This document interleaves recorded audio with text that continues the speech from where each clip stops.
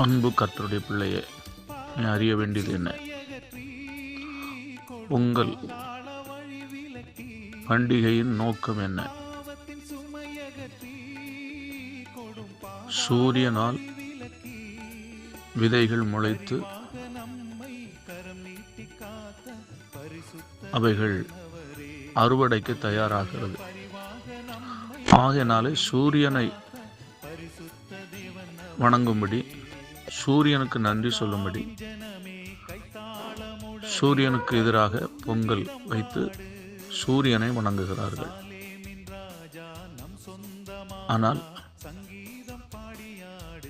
வேதத்தை விசுவாசிக்கிற நம்முடைய விசுவாசம் என்ன?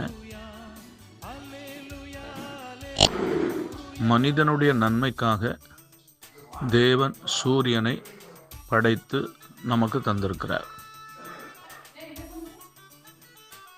சிருஷ்டியை தொழுது கொள்ளாமல் அதை தந்த தேவனை தொழுது கொள்ளுகிற பழக்கம் இல்லாவிட்டால் உண்மை தேவனுடைய பிள்ளைகளுக்கு உரியது.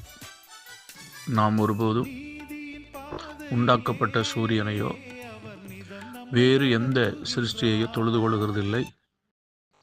எல்லாவற்றையும் உண்டாக்கின தேவனை மாத்திரமே தொழுது கொள்கிறோம். வேதம் சொல்லுகிறது, என்னை அன்றி உனக்கு வேறே தேவர்கள் உண்டாயிருக்க வேண்டாம். மேலே வானத்திலும் கீழே பூமியிலும் யாதொரு சொருபத்தையாகிலும் உண்டாக்கவும் நமஸ்கரிக்கவும் வேண்டாம்.